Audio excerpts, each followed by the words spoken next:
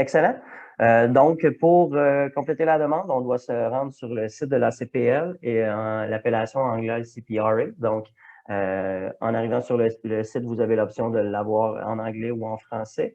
Une fois sur le site, vous avez le lien en bas, là, comment vous rendre pour accéder à cette page-là. Donc, j'ai mis les petites flèches ici à financement. Donc, en me dirigeant avec ma souris sur financement, les programmes vont apparaître. Et ici, en bas, formulaire et demande, c'est l'endroit où je vais pouvoir effectuer ma demande. Donc, vous allez arriver sur cette page-là. Ce qui est intéressant aussi, en fait, ça confirme que toutes les demandes doivent être soumises en ligne. Il n'y a pas de demande par courriel qui va être acceptée. Si vous voulez avoir une idée des documents qui vont être à compléter avant de débuter la demande, en cliquant sur les onglets bleus, ben, vous pouvez à ce moment-là avoir le document en format PDF et c'est la même chose pour le budget. Vous pouvez avoir un exemple de ce qui va être demandé. Donc, en cliquant ici en bas sur « Faire une demande », vous allez tomber justement dans le document à compléter qu'on va regarder ensemble. Donc, vous allez tomber sur cette page-là ici, rejoindre tous et chacun. Voici les 4 grands thèmes qui vont être abordés dans votre demande. Donc, renseignements sur le demandeur, description de l'activité, budget, déclaration et soumission. Comme je vous disais tout à l'heure, vous allez voir que c'est quand même relativement simple et ce n'est pas très lourd de le compléter. Donc, type d'organisation, nom de l'organisation du demandeur. Donc, vous devez inscrire le nom de votre organisme, le type d'organisme que vous êtes. Est-ce que vous êtes une organisation à but non lucratif, une municipalité, ainsi de suite. Ensuite, à la page suivante, ben, vous avez les informations importantes, les coordonnées de l'organisme, adresse, numéro de téléphone. J'ai mis une flèche ici avec adresse de courriel de la personne ressource. C'est vraiment important de faire une double vérification dans tout ce que vous allez compléter. C'est une des choses qui doit vraiment être bien fait parce que c'est notre moyen avec lequel on va vous communiquer, vous rendre la décision, tout ça. Donc, c'est vraiment important d'avoir votre bonne adresse courriel pour être certain d'être capable de vous rejoindre. Jusque-là, c'est quand même relativement simple, vos informations. Description de l'activité, donc c'est là où on va entrer dans le fait de décrire mon activité et d'essayer de nous expliquer dans le fond pourquoi cette activité-là devrait avoir justement un financement. Donc, dans quelle communauté le projet va avoir lieu et identifier les groupes dignes d'équité que votre projet cible dans le cadre de cette initiative, cocher tout ce qui s'applique. Vous avez vu un petit peu les grandes lignes du programme et à quel point on insiste sur le fait de rejoindre les gens qui sont dignes d'équité. Donc, assurément, c'est une partie qui est importante. Vous devez viser à toucher ces communautés, ces gens, que ce soit les personnes noires, autochtones, racisées, 2E, LGBTQIA+, nouveaux arrivants, personnes vivant avec une limitation. On a eu la question hier à savoir si des personnes âgées, des personnes peuvent être des gens avec une limitation. Oui, ça peut faire partie des gens qui vivent avec une limitation et autres. Donc, nombre approximatif de participants au projet, combien vous prévoyez avoir de gens qui vont participer à votre projet?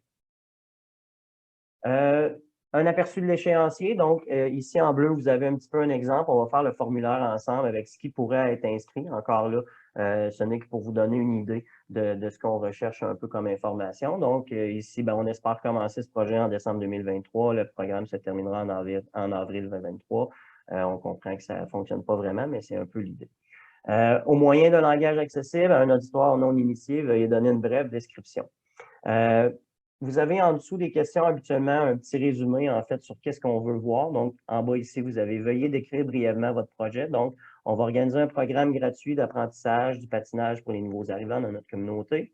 Nous leur achèterons des patins, de l'équipement de protection, louerons le temps de glace, on va fournir des entraîneurs, embaucher un interprète pour offrir des programmes dans leur langue. Une garderie sera fournie sur place pour ceux qui sont trop jeunes pour patiner afin que le reste de la famille puisse s'amuser. Donc, on a une description brève de qu'est-ce qu'on essaie de faire, qu'est-ce qu'on veut faire et qu'est-ce qu'on propose. Une fois que ça est fait, bien, soutien de la mise en œuvre. Donc, on va un petit peu plus loin, décrire les activités de votre projet et comment les membres de la communauté vont pouvoir en bénéficier.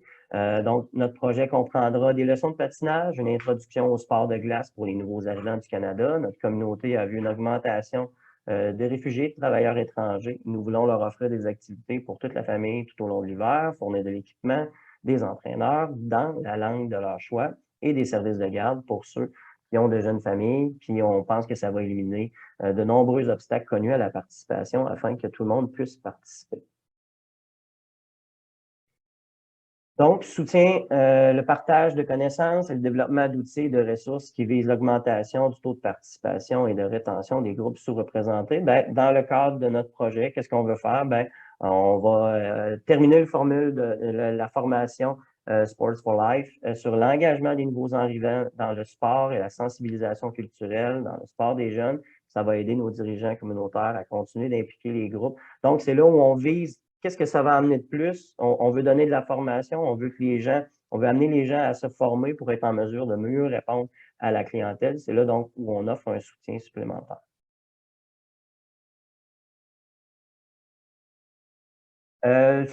Point 3, soutien des projets qui sont novateurs, qui offrent des pistes de solutions aux obstacles. Donc, en fait, c'est quoi les obstacles qui vont être à surmonter ou que vous allez surmonter avec votre programme? Donc, ici, dans l'exemple qu'on a, ben, on sait que certains membres de notre communauté ne participent pas aux activités de loisirs parce qu'ils ne parlent pas la langue. Donc, pour eux, c'est une limitation. Ils ont l'impression de ne pas être à leur place. Donc, le projet va rassembler les nouveaux membres de notre communauté en engageant le dialogue avec eux dans leur langue maternelle. De cette façon, on va mettre en place des mesures pour s'assurer que tous ceux qui souhaitent participer peuvent le faire en supprimant également les obstacles financiers liés à la garde de personnes à charge. Donc, voici un peu liste des obstacles et comment nous, on va faire en sorte de les surmonter. Qu'est-ce qu'on veut mettre en place pour le faire? Question 4, donc soutien à l'évaluation. Mais comment on va savoir que le projet est une réussite? Comment on va analyser ou on va évaluer notre projet? Donc, on sait que chaque année, dans notre communauté, plus de 100 travailleurs étrangers viennent avec leur famille s'établir chez nous. Notre projet espère impliquer toute la famille, puis on espère aussi que beaucoup d'entre eux vont se joindre à nous pour le programme. Puis en cas de succès, bien, on projette de partager le projet avec d'autres organismes qui sont similaires à nous, puis qui essayent aussi d'impliquer les communautés. Donc, c'est comme ça qu'on va déterminer si notre projet est un succès.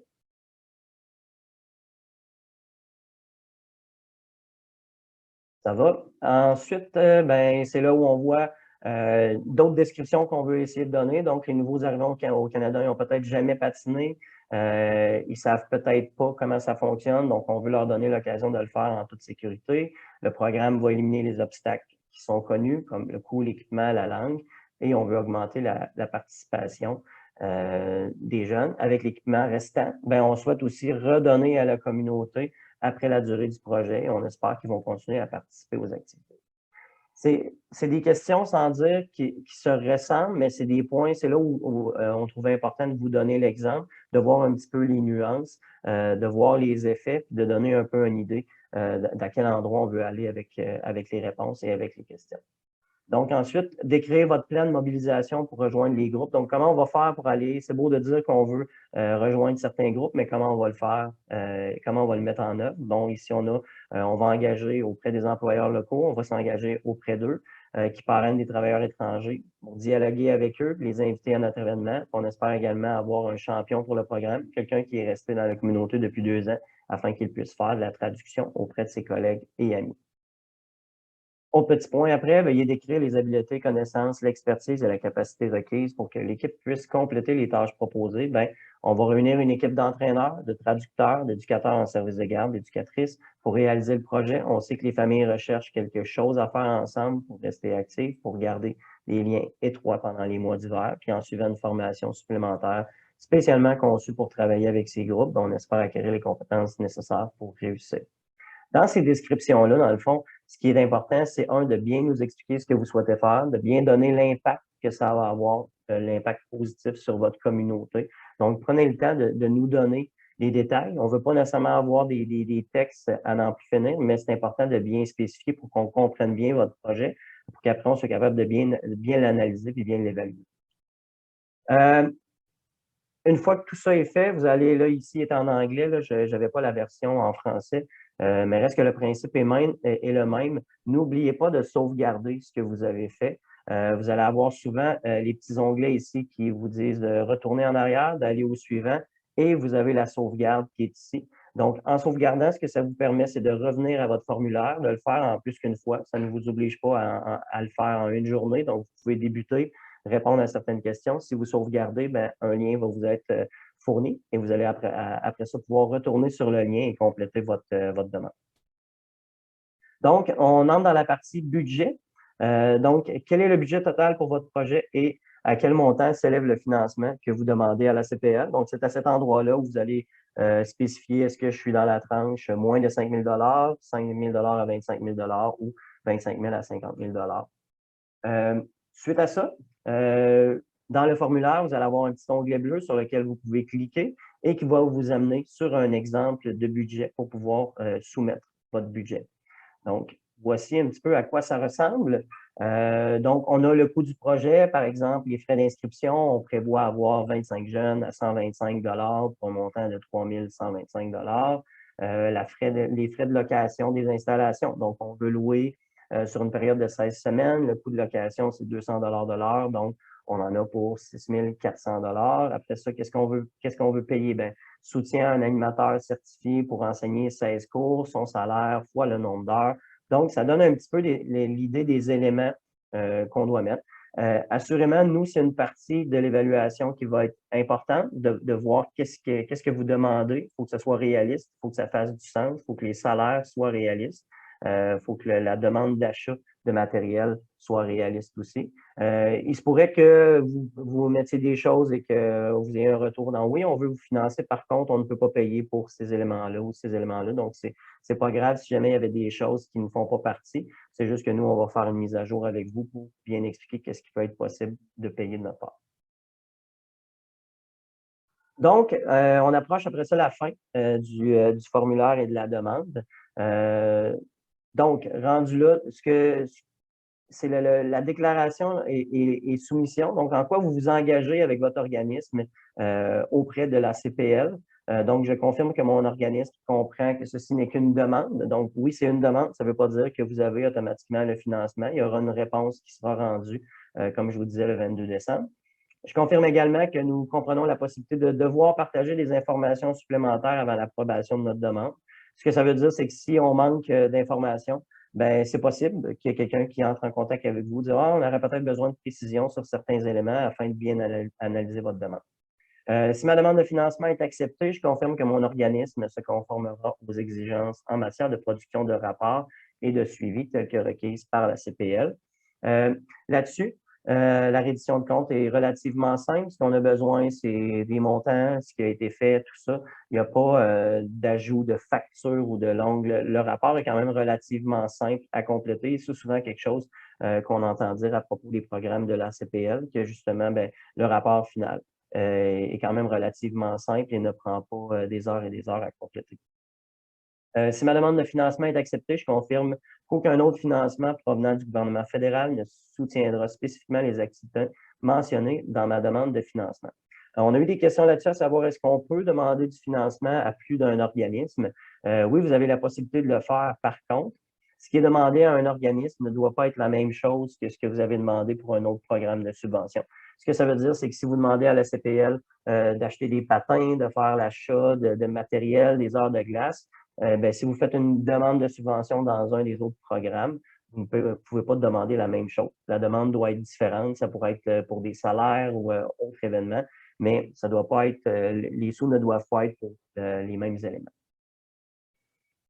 Ensuite, si ma demande de financement est acceptée, je confirme que seul le budget et les activités admissibles énumérées dans ma demande sont soutenues. Et si ma demande de financement est acceptée, je confirme que le projet proposé sera réalisé d'ici le 31 décembre 2023. Donc, vous vous engagez à compléter votre projet d'ici le 31 décembre 2023. Les montants d'argent, eux, seront versés au 31 mars 2023. Donc, vous recevez l'argent au 31 mars 2023 et ensuite de ça, ben, vous pouvez réaliser votre activité plus tard, si tel est le cas, en autant qu'elle soit faite avant le 31 décembre. On arrive vers la fin, donc rendu ici la date, assurément, terminer, soumettre ma demande. Signature qui risque de ressembler un petit peu à ça. L'important, c'est qu'on ait votre confirmation et qu'on ait votre signature. J'ai mis ici les petites étapes. Donc, une fois rendu là, assurez-vous de signer votre formulaire. Étape 2, assurez-vous d'enregistrer au départ votre formulaire pour ne pas avoir à recommencer et ne pas perdre ce que vous avez déjà complété. Et il ne vous reste après ça qu'à soumettre votre formulaire. Une fois que c'est fait, vous devriez avoir une réponse automatique de la CPL, comme quoi nous avons bien reçu votre demande de subvention et votre formulaire. Donc, quelques petits conseils pratiques pour votre demande. Il y en a quelques-uns qu'on a énumérés, mais voici des choses qu'il ne faut pas oublier et qui peuvent être pratiques dans votre démarche. Enregistrez votre travail au fur et à mesure que vous remplissez votre demande pour ne pas perdre et ne pas avoir à recommencer. C'est possible justement de quitter l'application et d'y revenir plus tard. Question aussi qu'on se fait poser quand même relativement souvent, est-ce qu'une organisation peut soumettre plusieurs demandes? Oui, tant que les projets sont différents. Donc, mon organisation pourrait faire 2 demandes différentes plutôt que de partager des sous un peu ici ou quoi que ce soit. Tout dépend de votre but, de votre activité. Si c'est de l'intégration et de faire participer les jeunes à plusieurs activités sportives pour qu'ils découvrent dans quelle activité sportive ils ont envie de s'impliquer, ça fonctionne. Mais vous pourriez décider de faire une activité de patin et une activité de badminton et soumettre 2 demandes. Donc, vraiment d'avoir un projet pour mon activité de patin et d'avoir vraiment un autre projet à côté, une deuxième demande pour mon activité qui va être différente de badminton ou quoi que ce soit. Les candidats doivent remplir le modèle de budget fourni et le joindre à leur proposition. Donc, c'est bien important de ne pas oublier, lorsque vous donnez votre demande, de joindre votre budget avec le modèle qui vous est proposé par le formulaire. Et les candidatures, comme je disais tantôt, soumises par email ou en retard ne seront pas acceptées. Il faut vraiment faire la demande en ligne. Si jamais vous éprouvez des difficultés avec ça, technologie ou quoi que ce soit, n'hésitez pas à communiquer avec nous. Il y a assurément des gens qui peuvent vous aider à déposer votre demande et à faire en sorte qu'elle soit valide.